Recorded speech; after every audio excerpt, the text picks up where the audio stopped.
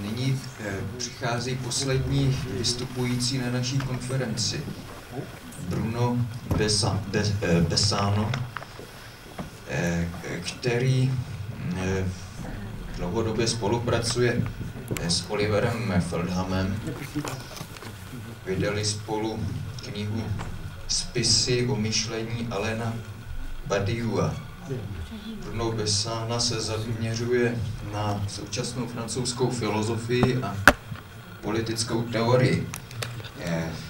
Dnes bude hovořit o jednom tématu, které jde ještě dál do historie, než je Lukáč. To je Platon. Badiou a Platon. Thank you very much. I was a bit delayed by providing some copy of what I'm about to say to some picky readers.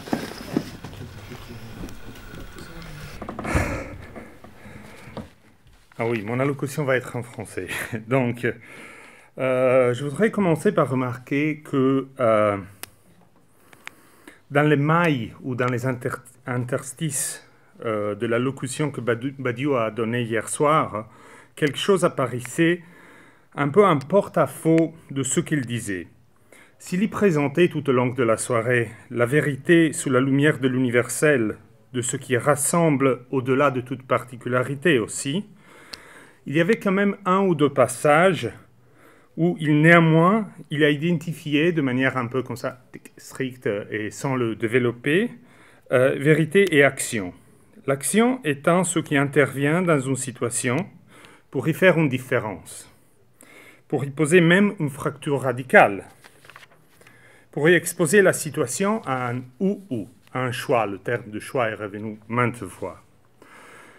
C'est donc à quelques complications, à quelques difficultés de rapport entre universalité de la vérité et vérité comme ce qui fait la différence. Vous voyez bien que ça ne va pas de soi que les deux concepts peuvent tenir ensemble. Donc ce qui fait la différence, c'est ce qui divise. Universalité de la vérité et vérité comme ce qui crée une fracture. C'est aux difficultés de ce problème que je voudrais un peu m'attaquer. Je vous demande donc pardon à mon nom et pas au nom du concept pour les complications de ce que je vais dire. D'autant plus que c'est la fin de ces deux journées et que donc je ne dirai que encore un effort, camarades, pour ce que je vais dire. L'invitation à cette conférence, sous le titre « Philosophie des vérités », nous présente avec la double hypothèse d'un matérialisme platonicien qui serait à l'œuvre dans le travail d'Alain Badiou et d'un certain impact de ce dernier, du matérialisme platonicien dans l'actualité, dans le hic et nunc qui ici a été décliné maintes fois comme Europe centrale. Soit alors on a une première hypothèse et on prend ce « et » qui connecte le platonisme de Badiou et cette mise en situation comme un « et » conjonctif.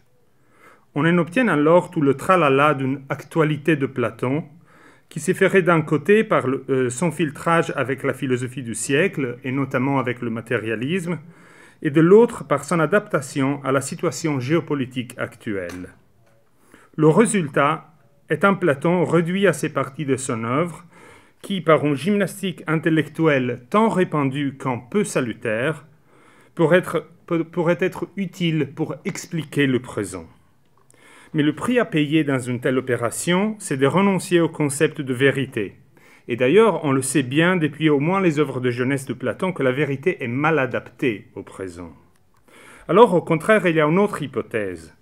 Et le « et » entre platonisme et mise en situation, mise au temps présent, est un « et » qui se fait de manière disjonctive. C'est un « et » qui sépare.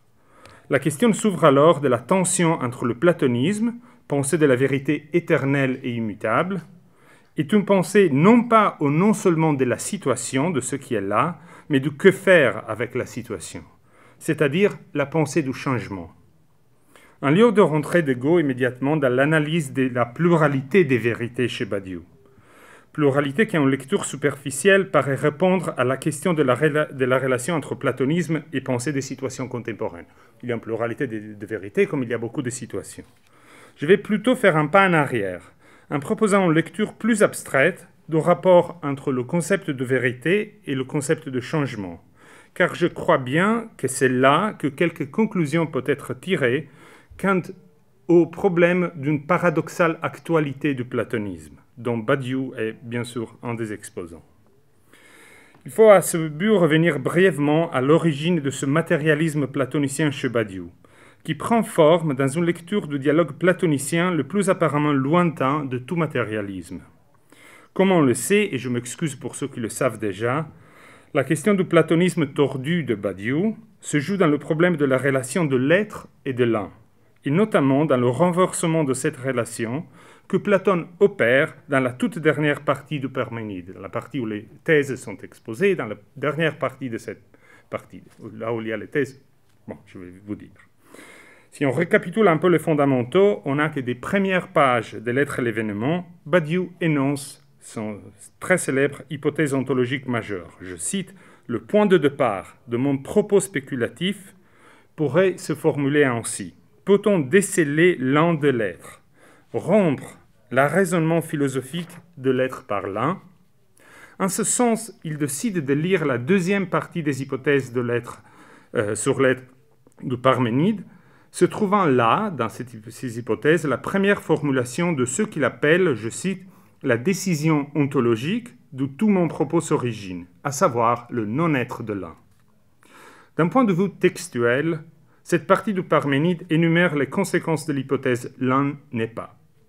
Par ce biais, en premier lieu, c'est la dialectique unité-multiplicité qui est bouleversée. On l'a dit maintes fois dans ces 2 journées. Si l'un n'est pas, par multiple, on ne peut pas entendre des multiples unités, mais des multiples de multiples à l'infini. Il s'ensuit que l'unité n'est pas ce qui permet l'énumération des multiples. La seule unité possible sera dès lors le rassemblement d'une multiplicité comptée comme 1 selon tel ou tel autre critère donné. Mais en même temps, et là ça devient un peu plus difficile, c'est aussi la dialectique identité-altérité qui est toute remise en cause. Ces multiples sont originairement et réciproquement différents, à l'infini, sans renvoyer à aucune identité comme terme premier de comparaison. Le résultat est, dans le texte platonicien, que ces termes, je cite de Platon, sont réciproquement autres comme multiplicité, car ils ne peuvent point l'être comme unité s'il n'en est pas. Mais chacun est un ensemble, onkos, infini en multiplicité. Quoique l'on prenne le plus petit possible, tout de suite, à cause de l'infinie division des parties, ce qui apparaissait être un se révèle être multiple. Fin citation. En effet, si on fait l'économie de l'un, les multiples autres ne peuvent pas être autres que l'un, car l'un n'est pas. Ne renvoyant plus à aucune identité, la différence est alors originaire. Non seulement par rapport aux autres, mais par rapport à soi-même. Chaque terme diffère de soi-même. Si on prend un terme, il diffère immédiatement de soi-même. Il n'y a pas d'identité du terme par rapport à soi-même. Ici, c'est comment le rapport identité-autre est remis en cause par le rapport identité-multiplicité. Chaque multiple est égal à sa propre division infinie, à la dérive infinie du compte de ce qui le compose. Pour le dire avec Badiou, je cite, « c'est à l'égard d'eux-mêmes qu'ils sont autres, car ils sont multiples comme dissémination hétérogène. » Vous voyez, vous prenez un multiple, vous dites, bon, c'est 1, mais vous pouvez le diviser encore et encore et encore. Chacun se altère, se multiplie infiniment. Donc c'est une multiplicité infinie qui n'est pas stable. Or, Platon conclut le Parménide en refusant cette hypothèse, car avec l'un, elle ruinerait les multiples mêmes. Pour le Parménide, je cite, « les autres ne sont pas l'un, mais ne sont non plus plusieurs. Pour être plusieurs, ils devraient être auparavant un. Car si aucun d'entre eux est un, le total n'est rien, et donc ils ne sont même pas plusieurs. Si je continue de dire qu'un terme se divise, bah, il n'est rien. Il ne peut pas être lui-même comme multiplicité parce qu'il continue à se diviser. Il en résulte que si l'un n'est pas, rien n'est. C'est le fameux uden esti, rien est. Badiou, à ce point, fait un recours à une stratégie très singulière. Il opère un renversement minimal dans le texte platonicien, en suggérant que ce rien n'est, uden esti, ne devrait pas être traduit par rien n'est, mais plutôt proprement par rien est. Vous voyez, c'est un rien qui est. Ce qui signifie que l'être en tant qu'être, la pure multiplicité est, mais son être est inconsistante, vide, et rien. Ce vide serait sur quoi toute présentation consistante se fonde. Ce que le texte platonicien d'ailleurs autorise. Vous vous souvenez, ce qui apparaissait être un se révèle être multiple. L'un est en somme la modalité propre de l'apparaître de la multiplicité. Un comme apparaître, infini en multiplicité, et qui s'organise comme un onkos, comme un ensemble. Onkos, terme que Badiou ne semble point souligner, mais dont il s'autorise néanmoins la transcription contemporaine, mathématique. Je cite Badiou, le nom primitif de l'être, en théorie des ensembles, l'ensemble revient chez Badiou, est le vide, l'ensemble vide.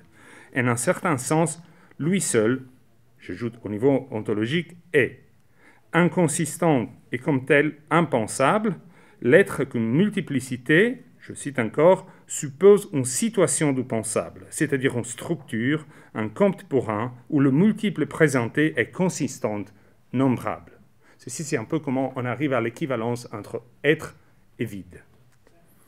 Cette tentative spéculative s'insère dans la volonté que Badiou affiche depuis Théorie de la contradiction, un de ses tout premiers textes, de défaire tout essentialisme, toute représentation naturalisante ou tout, au plus en général idéologique, de l'essence de quelque chose. Bon, il parlait tout à l'heure de ça.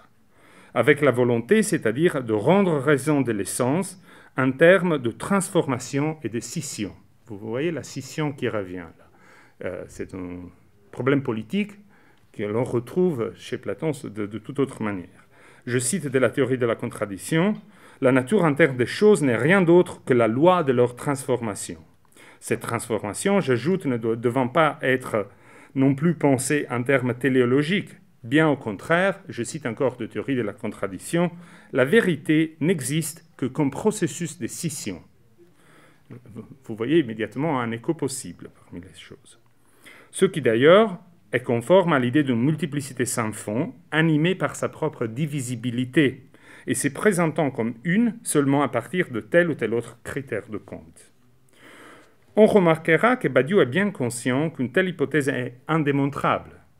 Platon lui-même ne démontrant d'ailleurs guère sa fausseté, mais la refusant plutôt en fonction de ses conséquences. Ça, c'est un point très important.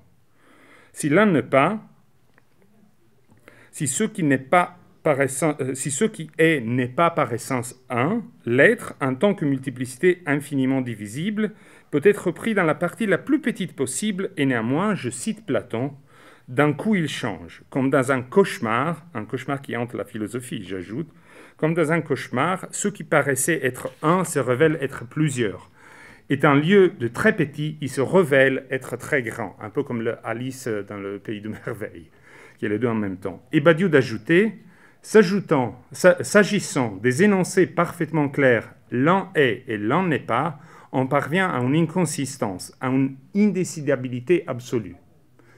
Platon ne refuse pas l'hypothèse l'un n'est pas le multiple et une multiplicité sans fond qui finalement n'est rien parce qu'elle est démontrée être fausse, mais parce que ses conséquences sont cauchemardesques. Il s'agit alors non pas pour Badiou de renverser Platon, mais de trancher, de décider sur un point dont Platon déplie l'indécidabilité. Il y a en somme ainsi un point de décision, à savoir, suivant Lacan, un point annexé sur le savoir d'une situation. Un de ces points qui, vides pour le savoir, sont la marque d'une vérité. Afin de voir les conséquences de ce choix, il nous faut un petit pas de côté. Si Badiou se définit comme un platonicien moderne, je le cite, un platonicien de l'être multiple, Gilles Deleuze, à tort souvent défini comme anti-platonicien, déclare de son côté, je le cite, si l'on pense au... C'était une discussion qui est reprise dans l'article « La méthode de dramatisation », et c'est une transcription d'une conférence. Si l'on pense au Platon de la dernière dialectique, où les idées sont un peu comme des multiplicités qui doivent être parcourues, alors oui, tout ce que je dis, dit Deleuze, me paraît être en effet platonicien. Mais, c'est le point important, si le renversement opéré par Badiou, ce renversement dans le platonisme, s'appuie sur le Parménide, sur ce que Claude Imbert a appelé un lieu délivré du calendrier de l'expérience, Deleuze, au contraire, tout au long de logique du sens, s'appuie sur le sophiste. La scène du sophiste est célèbre et connue. L'étranger, protagoniste, essaie de définir le sophiste, mais celui-ci se dérobe toujours aux définitions, car il se présente comme capable de tout et donc impossible à classer dans la définition de telle ou de telle autre discipline. Son savoir ne semble être constitué à l'image d'aucun modèle, et la tentative de le définir produit un essaim de définition. Pour sortir de l'impasse, l'étranger propose de le définir comme un imitateur, et donc comme une espèce de créateur d'images, mais d'images bien particulières. Le sophiste, en effet, ne compose pas des imitations de ceux qui existent, mais produit des illusions. De manière analogue, nous dit le texte, aux peintres qui doivent dessiner des figures très grandes et qui changent les proportions de ces figures pour les faire apparaître normales au spectateur qui est situé au pied de l'œuvre. Si ceci, je cite de sophiste, si ces dessins reproduisaient ces beautés avec leurs véritables proportions, les parties supérieures nous apparaîtraient trop petites et les parties inférieures trop grandes, puisque nous les voyons les unes de près et les autres de loin. Vous voyez, si vous dessinez quelque chose de très grand, votre perspective fausse les proportions et vous voyez une très petite tête. Ah non. Donc vous devez dessiner quelque chose avec une tête très grande pour le revoir dans la perspective normalisée et réduite à ses proportions. En somme, par la pratique de cet art, qui est l'image du sophiste pour Platon, on produit la sensation de voir l'image de quelque chose qui existe, lorsque, au contraire, on ne voit qu'un être absurde, dépourvu de proportions, quelque chose qui n'est la copie de rien, ou qui plutôt, on dira, est la copie de rien. Et je vais venir au pourquoi. L'image ainsi produite n'a aucun rapport avec les véritables proportions du beau, ce qui, dans le langage platonicien, signifie qu'il n'a pas de rapport avec un modèle vrai. Ces images ne reproduisent rien, elles ne sont pas les multiples copies conformes d'un modèle. Et néanmoins, ces artistes produisent des images, des apparences. Quel est donc leur statut? Comment on peut les appeler? Voilà ce que propose l'étranger.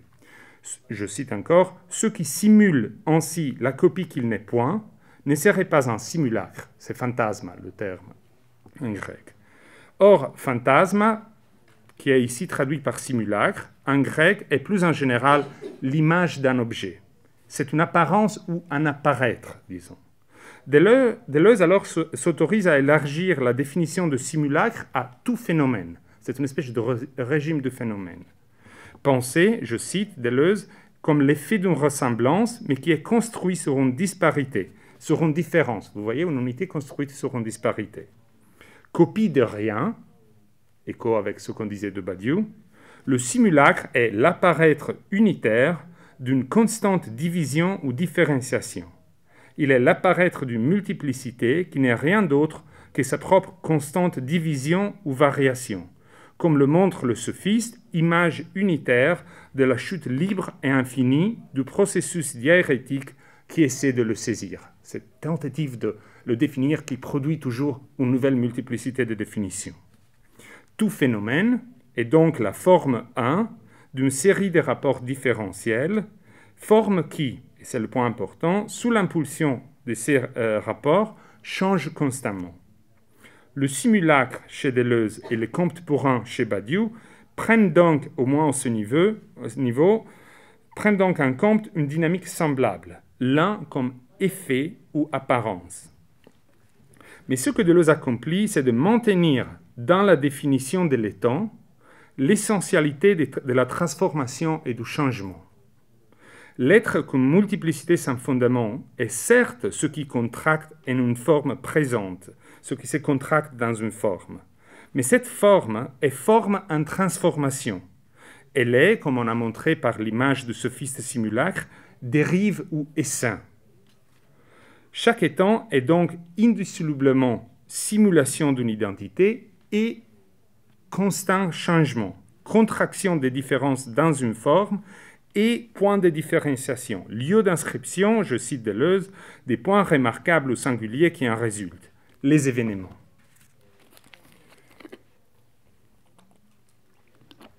Qu'est-ce que fait Deleuze? Deleuze affirme en somme en même temps l'être comme pure multiplicité et l'essentialité de toutes, je souligne toutes les transformations. Ceci vient néanmoins à un prix. Et c'est là qui se joue toute la différence avec Badiou. Le prix de mettre sur le même plan tout type de variation. Deleuze joue sur le double sens du terme symbébékos, qui désigne chez Aristote les accidents, mais qui désigne chez les stoïciens les événements, c'est-à-dire l'être pleinement réalisé dans sa singularité. L'événement pour les stoïciens est ce qui contracte la totalité de l'être dans une forme présente. Bon, ça serait très difficile de revenir sur tout cela. Le temps est essentiellement contraction de toutes ces moindres variations, ces dernières étant dès lors définies comme événements ou, je cite, accidents qui sont devenus essentiels. Inversement, l'être est défini comme l'unique événement où tous les événements communiquent.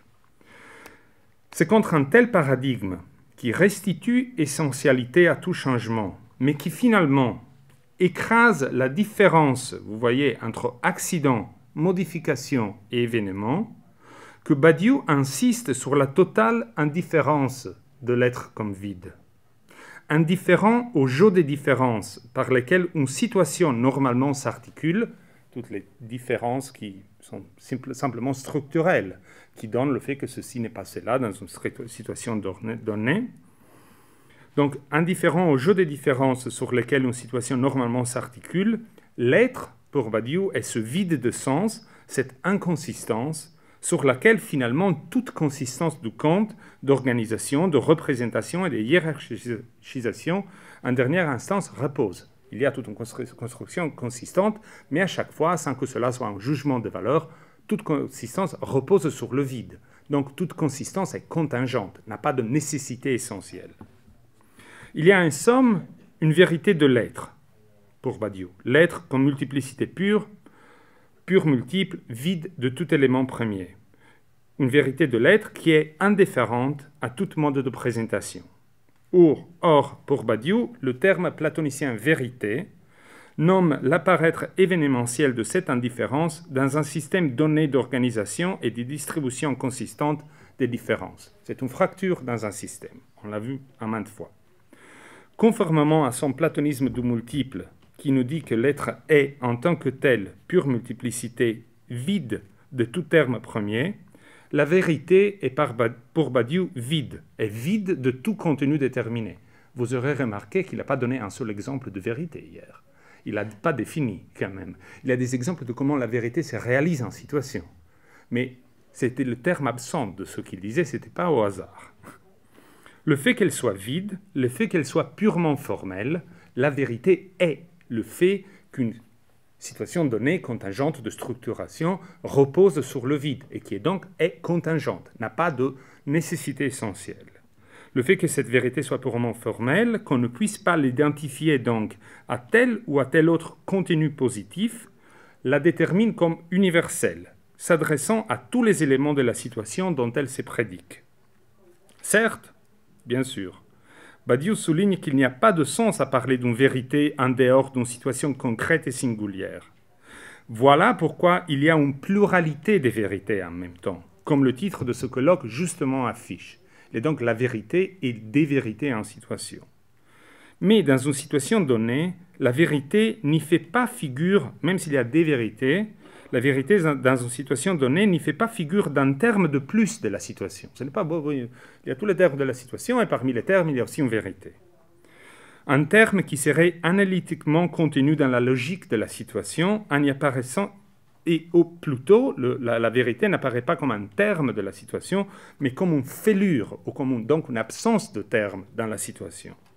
Elle surgit chez Badiou sous la forme du fameux « sinon », qui est au centre du mantra badiusien « Il n'y a que des corps et des langages, sinon qu'il y a des vérités. Elle est un terme du plus que détotalise quelque part.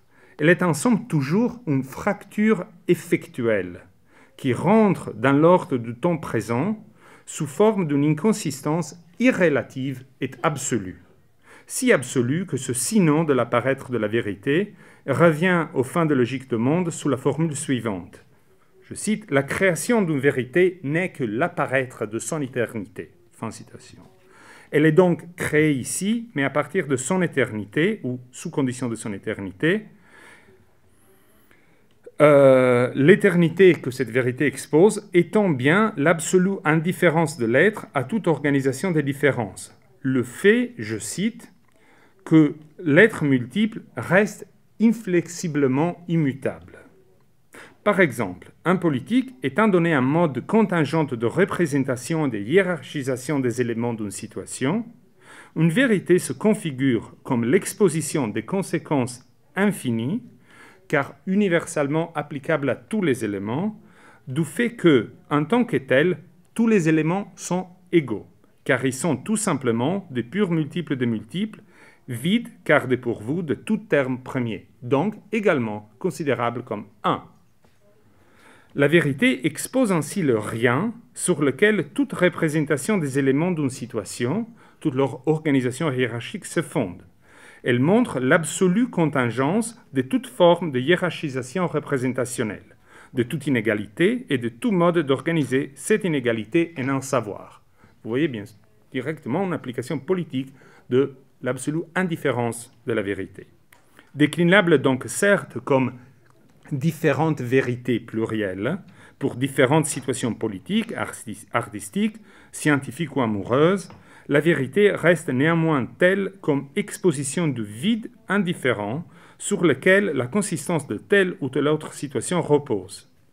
La vérité ou le vrai, comme la récente réécriture que Badiou de la République suggère, ainsi opère dans les vérités. Et c'est comme tel, dans la République, il y a cette différence entre la République de Badiou, le vrai et les vérités. Et c'est comme tel, comme indifférente, que Badiou le dit suivant Lacan, la vérité peut faire trou dans tel ou tel autre savoir. Indifférente aux différences, vide de tout contenu, la vérité ne change pas. Éternelle, je cite à nouveau, elle reste inflexiblement immutable. On comprend bien les raisons de Badiou. D'abord, c'est parce qu'elle n'a pas de contenu que la vérité fait fracture. Événement dans une situation, se soustrayant au savoir qui nomme et qui organise les éléments de la situation et leurs variations, leurs relations structurelles. Si elle était un élément de la situation, si elle avait un contenu, elle pourrait être un élément de la situation nommable, elle serait un objet de savoir et non pas une fracture. En outre, vide de tout contenu spécifique, elle n'appartient à aucun des sous-ensembles qui définissent la situation. Elle peut ainsi s'adresser à tous les éléments de la situation. Les paradigmes d'une vérité vide éternelle sauvent ainsi pour Badiou la différence entre une différence faible, structurelle, représentationnelle, la différence entre les différents objets de la situation, est une différence forte, irrélative, exposant le vide sur lequel repose un système contingent d'organisation des éléments d'une situation. Et c'est ainsi que la vérité peut casser en deux la consistance de cette situation. Mais à bien voir, et j'en viens à la question forte, ce paradigme où la réalité de la différence forte de l'événement paraît être assurée, donc par cette indifférence de la vérité, Badiou sauve la différence entre une fracture événementielle et un simple changement structurel. Bien, ce paradigme où la réalité de la différence forte et de l'événement paraît être assurée peut être aussi lu comme la ruine de la réalité du changement. Qu'en est-il fait, je me demande, de la réalité du changement si la vérité est immutable et seul change les pratiques par lesquelles cette vérité apparaît dans une situation donnée? Badiou nous informe que quand un événement produit une rupture radicale dans une situation, tout ce qu'un sujet fait, avec toutes les possibles variations du sujet, c'est de tirer les conséquences. Ces actes étant juste, je le cite encore, la surface des preuves de l'apparaître d'une vérité. Vous voyez, le sujet est surface des preuves qui tire les conséquences. Or, si un moment de changement radical n'est que le surgissement d'une vérité immutable et éternelle car vide, qui défait les fausses évidences sur lesquelles un état de fait contingent se soutient, alors la différence qu'il y a entre plusieurs manifestations de la vérité sera purement modale. Seule la vérité est vraie, mais non pas le changement qui par cette vérité est induit. La différence entre un changement et un autre n'a plus rien d'essentiel, ce dont découle que la pratique, avec tout l'effort qu'on y met, n'a en soi aucune vérité, mais est simple mode d'apparition du vrai. Badiou sort en somme de l'impasse du platonisme renversé de Deleuze. L'impasse de Deleuze était l'indifférence entre différences fortes et différences structurelles, l'indifférence entre événements et accidents. Vous vous souvenez du Sambé Bécos.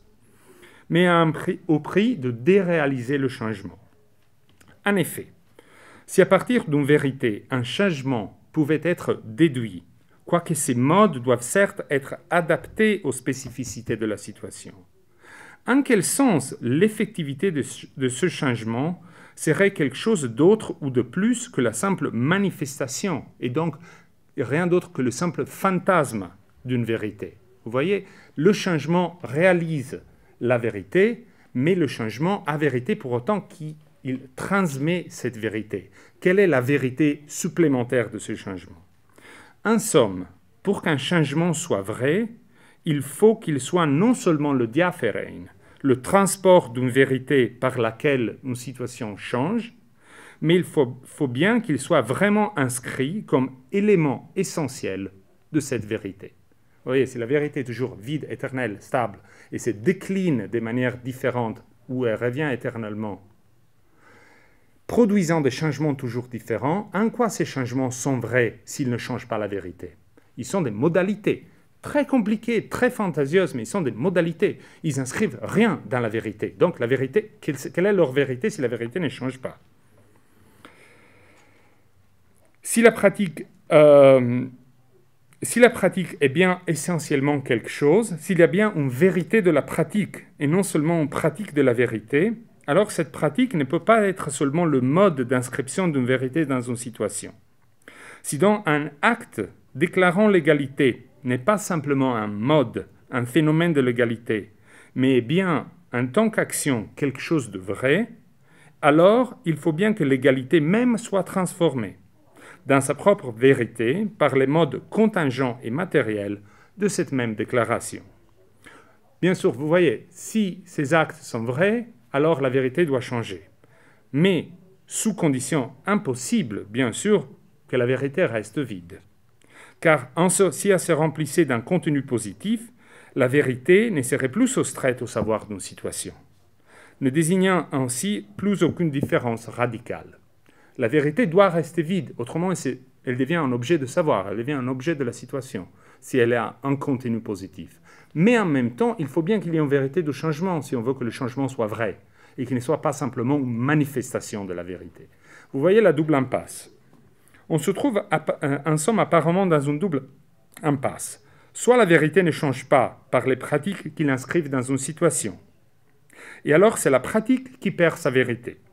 Soit la pratique s'inscrit dans la vérité, et alors c'est la vérité qui, en se remplissant d'un contenu positif, se perd dans son contraire. Entre la nécessité d'affirmer que la pratique est bien vraie et la nécessité d'affirmer que la vérité est vide de tout contenu, un espace irrésoluble paraît s'ouvrir. Un espace de bataille où la vérité et l'effectivité, la Wahrheit ou la Wirklichkeit rentrent en tension. La voie de sortie de ce problème est, je crois, à rechercher dans une complication de ce que l'on vient de voir, notamment le fait que la vérité est immédiatement double pour Badiou. Elle est vide mais double. Elle est l'éternelle fixe exposition de l'inconsistance du multiple pur, de l'égale structure ontologique de tout étant, et en même temps, elle est, c'est une définition que Badiou donne, bon je la résume ici, elle est la suite infinie des actions qui déplient les conséquences d'un événement. Elle est donc deux fois vide. La vérité est vide, mais elle est deux fois vide. Elle se fonde sur l'exposition de l'égale nature inconsistante de tout étant, pensée comme pure multiplicité vide, et elle se définit comme une suite infinie d'actes vides, de fractures, qui insèrent une fracture dans les modes contingents d'organisation des inégalités d'une situation. Elle apparaît comme une fracture et elle est ontologiquement vide, un double vide. Elle est donc vide et elle agit comme vide. En somme, quoique vide, la vérité est fêlée. Elle est divisée en vide et videment, indifférence et indifférenciation. Vide, indifférent à la distribution hiérarchique des différences, elle est processus d'indifférenciation de ces différences. Quand une vérité agit, elle vient révoquer les différences sur lesquelles s'organisent les objets d'une situation. Elle est un vide qui divise et qui se divise en deux sens.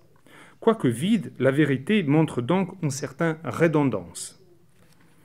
Revenez alors à un point fondamental.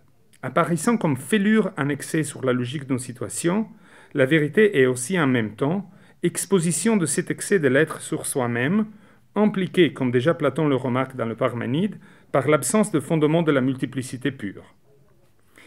Comme d'ailleurs le remarque Badiou dans son Saint-Paul, la vérité fait choir les différences établies, bien sûr, mais elle le fait en convoquant, je cite encore, une multiplicité annexée sur elle-même. Vous voyez, il y a ici une espèce de résonance entre le fait que la multiplicité comme vide est déjà ontologiquement annexée sur soi-même et le fait que comme vide, elle se dit deux fois, vérité vide et vérité de l'acte de fracture. Il y a donc une redondance de la vérité qui fait écho à cette multiplicité annexée sur soi-même qui est le vide comme caractère de l'être qu'on avait vu. Chaque être multiple de multiples, animé par le fait de ne pas avoir fondement, a, je cite encore, par essence de se multiplier de manière immanente. Mais si on regarde attentivement, toute chose est annexée sur soi-même exactement au point où elle s'excède par la présence d'un changement. Une chose est soi-même plus son changement, où un excès vide s'en sert entre elle et elle-même, au point où sa présence est non seulement marquée, mais même assurée par l'interruption d'une certaine stabilité représentationnelle. Une chose est présente, elle est ce qu'elle est, au point où elle s'excède, où un acte vient fêler son identité, où elle varie par rapport à la possibilité de la représenter dans une situation. L'acte vide qui fêle une identité, un acte qui fêle une identité, un acte de changement, fait donc deux choses. Réalise la présence d'un étant en le soustrayant à son identité de fait. Et deux, réalise la vérité du vide en s'ajoutant à ce dernier. Quand il y a une différence qui intervient comme une fracture, cette différence réalise les choses sur lesquelles elle s'applique parce qu'elle fait exister au présent en tant que variant d'elle-même, et en même temps, elle réalise la vérité car elle la réalise comme ce multiple annexé sur soi-même qu'elle est, comme vide qui s'ajoute à soi-même, comme acte vide qui s'ajoute au vide. Le vide éternel donc change, car on peut dire, il se remplit chaque fois différemment par l'adjonction d'un acte vide qui, en le supplémentant, le divise de lui-même, empêchant qu'il se referme dans une identité, qui se substantialise. Si la vérité, l'être, est vide, il est vide car il continue de se vider, car comme vide, il n'est pas stabilisable dans la définition de vide. Il continue de se fêler par rapport à soi-même par ses actes. L'acte vide remplit le vide par un plus un qui, en le fêlant, le vide, le réalisant comme vide, exactement au point où Platon le pointait, le point où il s'excède constamment, différent de soi. L'être n'est pas vide, l'être se réalise comme vide, l'être se vide, car c'est en projetant ce vide dans une situation qu'il rajoute un terme de plus à soi-même, c'est bien un terme réel. Donc il se vide de son identité à soi en même temps qu'il rend présent les éléments d'une situation. Ici, on voit que la vérité n'est pas séparable de l'infinité de ces procédures contingentes, qui ne sont pas manifestations, mais composantes essentielles. La vérité est une, en se divisant comme axiome, principe vide, immutable, indifférent, et comme action infinie de videment. Badiou entrevoit cela, et tout en déclinant la nature axiomatique et vide de la vérité, il insiste sur des définitions toujours factuelles. La vérité se présente ainsi par exemple en science comme, je cite, « expression théorématique d'un point d'indicible », ou encore un amour comme, je cite, « existence d'un univers universel majeur de deux termes qui les conjoint par leur disjonction ». Il n'y a pas de rapport d'amour. Dans ces cas, il s'agit de défaire les évidences de l'académie scientifique par l'exposition axiomatique d'un indicible, ou encore de défaire l'évidence apparente de la fusion amoureuse, comme ce qu'un couple devrait avoir, par une expérience commune de l'inexistence de rapport sexuel. Il s'agit à chaque fois d'un acte de videment, et non seulement d'une exposition du vide. Et néanmoins, Badiou est formel à cet égard, et il déclare, je le cite, « L'être multiple, si affecté qu'il soit par les paradoxes de sa propre infinité, reste inflexiblement immutable. » On ne voit pas pourquoi, s'il est affecté par les paradoxes de son infinité, il reste immutable, vous voyez. Ou encore, il reprend dans sa République récente, Badiou, il fait de la vérité, je cite, « l'intuition indivise de l'être obtenue en s'arrachant aux complexités du devenir. » Fin citation. Nulle surprise donc que quand un événement produit une rupture radicale dans une situation, le sujet, je répète, ne fait pour Badiou que tirer les conséquences, ces actes n'étant que la surface des preuves de l'apparaître d'une vérité. Encore une fois, on comprend bien la nécessité de Badiou d'affirmer que la vérité est vide, qu'elle est irréductible au savoir d'un temps, à l'encyclopédie d'une situation, comme il l'appelle, à la partialité propre de tout contenu positif. On comprend bien que c'est bien ceci qui garantit en même temps la radicalité proprement platonicienne de la vérité, autant que son universalité. Mais il ne faut non plus céder sur le point fondamental du Parménide. Vide de tout élément, la vérité se divise constamment et ainsi se multiplie en s'excédant. Et on peut ajouter, et c'est ça le point que je voulais montrer, elle s'excède à partir de sa division fondamentale, à savoir la division entre vide et acte de videment. Car un excédent, elle apparaît comme un vide qui fait la situation et qui se rajoute en soi-même en donnant un contenu nouveau à la vérité de l'être, mais en même temps en la vidant de son identité à soi-même, et donc en la réalisant comme vide, ou comme multiplicité en excès sur soi-même, donc vide de tout compte défini. L'acte de videment est exactement ce qui réalise donc la multiplicité de l'être comme multiplicité pure, en excès sur soi-même. Badiou esquive ce point afin de sauver la différence entre simples variations structurelles par lesquelles une situation organise et représente ses éléments et changements événementiels, exposant la vérité du vide, exposant le vide sur lequel le mode d'organisation de la situation se fonde. Mais ainsi faisant, il maintient l'immutabilité de la vérité. Ces changements par lesquels, en étant avère la vérité en situation, ne sont alors plus que des accidents.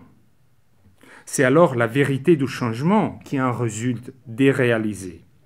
Et en même temps, il déréalise la vérité de l'être comme multiplicité pure, comme vide, car pour lui, nul acte vide ne vient s'ajouter à l'être, ne vient pas le réaliser comme multiple annexé sur soi, vide de toute numéricité stable.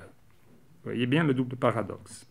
Il faut donc alors affirmer que la vérité vide constamment se divise, s'excédant par un acte de videment et de indifférenciation qui en excède la simple stabilité définitionnelle, le simple être vide. Il faut affirmer qu'une vérité est certes formelle, mais n'est pas stable. Une vérité est certes essentiellement non comme manifestation. Une vérité est certes la déclaration, l'exposition de la multiplicité inconsistante de l'être et de son indifférence à toute stabilité représentationnelle. Mais en même temps, elle ne peut s'avérer comme vérité que par l'addition d'un acte d'indifférenciation que, s'il est vrai, doit s'inscrire dans la vérité en la changeant. Apparaît alors un sens nouveau de l'impératif badiusien, je le cite, « La désétatisation de la vérité doit être notre programme de la pensée. » La désétatisation de la vérité doit être pensée comme l'inscription essentielle en celle-ci de la contingence des actes de changement. C'est ainsi qu'elle se défait de son état des lieux. La vérité change. ce sens. Elle se désétatise, elle n'est plus ce qu'elle était. Elle n'est plus ce toti eneinai, l'être qui est ce qui était. Ceci nous oblige à une double conclusion. J'en viens à conclusion. D'abord, non seulement la vérité s'expose selon la singularité de ses sujets, mais les relations mondaines que ces sujets rencontrent et les solutions qu'ils trouvent pour les traiter modifient la vérité. La vérité éternelle n'est jamais deux fois la même. Ainsi, par exemple, après Spartacus, non seulement les modes d'inscription de l'égalité, mais l'égalité elle-même ne sera plus la même. La vérité est non seulement inséparable d'une pratique, mais de la vérité de cette pratique. Deuxièmement, ce n'est pas quelque chose, mais c'est un acte présent de division, de changement, qui s'ajoute à l'éternité d'une vérité en la réalisant. Un tel acte fait la présence d'un état de fait en faisant deux choses en même temps. D'abord, il rend plus présent, plus réel un certain moment spécifique. Il le désétatise. Je réponds ici un peu aux questions de Yelitsa sur qu'est-ce qu'un présent contre le présent. Il empêche qu'il sombre dans une pure identité avec soi, dans un état de fait où un dévenant identique à son propre passé, il se déréalise. Donc, une vérité s'inscrivant en situation réalise les états de cette situation comme plus présents. Et en même temps, il construit la vérité, car il la supplémente par un terme vide qui la divise, la réarticule, la réalisant en même temps comme vide et comme excès sur soi. La conséquence en est détail. Si la vérité change par la pratique qui la déplie, la réalise et la divise, il y a alors un moment où les lieux même d'énonciation de cette vérité, ce que Badiou appelle les conditions, seront eux-mêmes radicalement changés. Ainsi, la politique disparaîtra un jour en faveur de formes nouvelles et inouïes, qui rien ont à faire, soyez bien attentifs à ça, avec la dissolution de la politique dans la gestion ou dans l'économie. Il peut y avoir autre chose de la politique qui ne soit pas la dissolution de la politique dans l'état des faits, dans le consensus, et tralala. Surgira alors peut-être une forme de videment encore plus radicale que le sujet collectif, encore plus universel que l'égalité, dont égalité ne sera même plus le nom. Je me demande d'ailleurs si la tentative de formalisation de la coïncidence entre égalité et pensée, dont le corollaire est l'impossibilité de penser sous condition d'inégalité, thèse que Badiou inhérite de Rancière et développe formellement, je vous invite à voir la formalisation de ce concept, dans la République, ne va pas en ce sens, c'est-à-dire dans le sens d'une transformation inouïe du concept d'égalité. Il y a une espèce de tentative de formalisation du fait que l'inégalité ne doit pas être, non pas parce que c'est injuste, mais parce qu'on ne peut pas penser soutenir. L'inégalité ne se pense pas. Il y a donc une espèce de hyper-égalité où l'égalité devient en même temps le nom de la pensée. Est-ce que l'égalité est encore le nom de cette pratique? L'art disparaîtra en faveur de nouveaux modes sensibles de division du sensible. L'amour aussi disparaîtra en faveur d'autres modes sexués de déliaison. N'est pas ceci d'ailleurs ce que Platon entrevoit dans le Phèdre, en racontant non pas le passage, comme le voudrait une lecture stupide, le passage de l'amour corporel à l'amour pour les idées, pour la vérité. On abandonne l'amour, on va vers la vérité. Mais racontons plutôt la transformation de l'amour et de sa vérité en autre chose, une inclusion de l'idée dans l'amour. La philosophie aussi, qui pour moi, et apparemment non seulement pour moi, est en pratique parmi les autres pratiques, et qui est donc bien capable de vérité, disparaîtra en faveur d'autres modes de faire du vide dans la pensée et de articuler dans une forme textuelle le vide dans la pensée. On en arrive alors à ce que veut vraiment dire actualiser le platonisme. Prendre la vérité et le changement ensemble, argumentant que les deux termes ne sont pas disjoints et ne forment non plus une chaîne où le changement serait l'apparaître de la vérité. Les deux termes qui articulent un véritable platonisme-matérialisme, vérité et changement, sont bien un terme qui se divise en deux. Il y a une vérité du changement, pour autant que ce dernier réalise la vérité en la changeant, et notamment en la réalisant par un acte qui, en s'ajoutant à elle, la fait et la vide, la réalisant comme vide. Ainsi, l'histoire du platonisme, c'est-à-dire pour moi l'histoire de l'effectivité, effectualité du concept de vérité, change. Le platonisme, et je reviens à ce que je disais au début pour conclure, ne s'actualise pas chaque fois à la sauce contemporaine. Il n'apparaît pas à chaque fois de manière différente pour dire la même chose, mais il réalise le présent en le soustrayant à sa déprésentification, car il intervient à mettre une fracture là où le présent se pense comme pure continuation structurelle, comme pure identité à soi, comme état de fait, déthésatisation du vrai.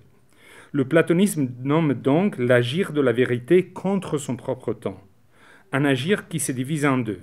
D'un côté, la vérité, agissant contre le présent, constitue ce dernier comme réellement présent, comme différent de la stricte continuation de la logique du passé qui le précède. Imprimer un tour de différence, où le présent soit plus présent qu'il n'est pas inscrivible dans une pure continuité. Il réalise le présent comme acte d'interruption et comme séquence d'actes d'interruption. De l'autre côté, ce même acte réalise la vérité comme vide, en s'ajoutant à elle comme acte qui la vide de toute identité à soi-même, qui la vide de toute possible substantialisation en l'altérant. Revient l'altération du début. Vérité et changement, les deux termes à penser pour articuler l'inactualité, contre l'actualité d'un platonisme matérialiste, sont donc à penser comme un terme dont l'éternité est inconstant se diviser en deux. Éternité du vrai qui s'inscrit dans le présent en le réalisant au point de son changement radical, et infinité du changement dont la vérité se mesure dans la capacité de s'inscrire dans la vérité.